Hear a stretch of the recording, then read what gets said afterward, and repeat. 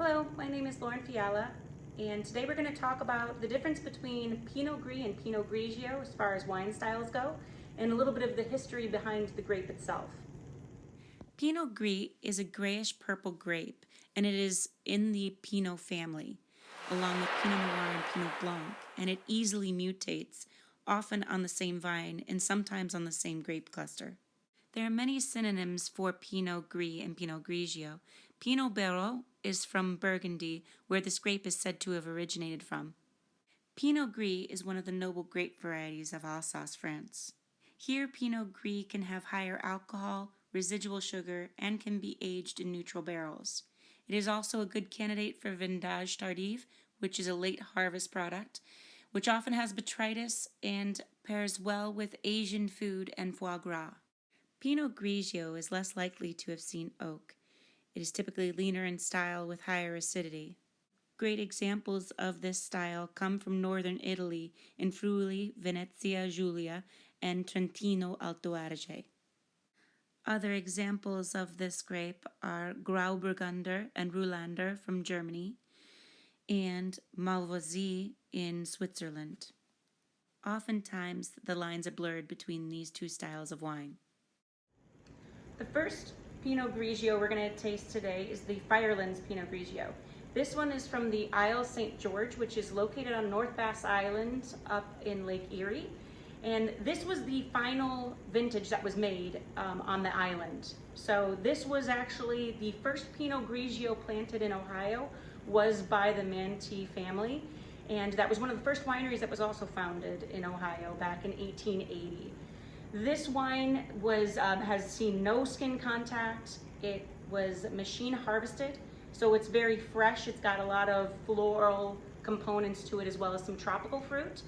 And this wine has seen 5 months of lees contact, so it was surly aged. And it had a little bit of batonnage, which is when you stir the lees in contact with this wine. So this one is going to be very different from the Pinot Grigio style that we're going to taste later on. The next wine we're going to taste is the Lake House Inn and Winery Pinot Grigio. And this wine is very different in color than the previous wine. This has almost this golden tint to it. This was machine harvested at Vineyard Woods, which is located in the Grand River Valley. And this wine has 0.5% residual sugar, so just a little bit. And it is kind of a cross between that Alsatian style with this nice weight to it, nice viscosity, but also it has that nice crisp, clean fruit, that citrus that you get from Italy. Next wine is Debonnaise Pinot Grigio. This fruit is all estate grown, and it comes from the Grand River Valley, which is located in northeastern Ohio, just like the Lake House's wine as well. And this wine was machine harvested, so it gets a little bit of skin contact on its way to the winery, and it kind of shows in the color. There's that nice depth of color in this. It's got this nice notes of minerality and tree fruit like apple and pear. And it is a nice example of Pinot Grigio done from Ohio.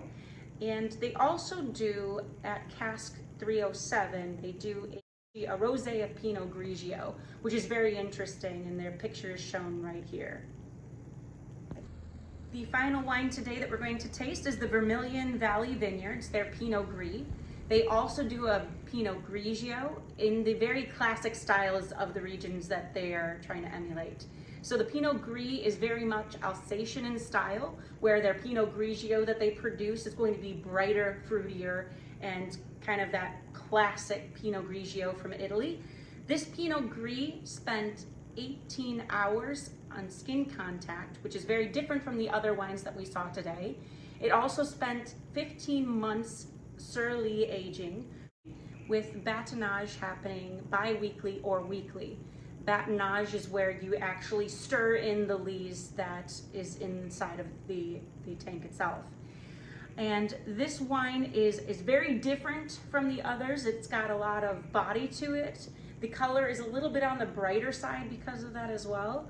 And this wine has these floral components along with bright citrus and stoned fruit.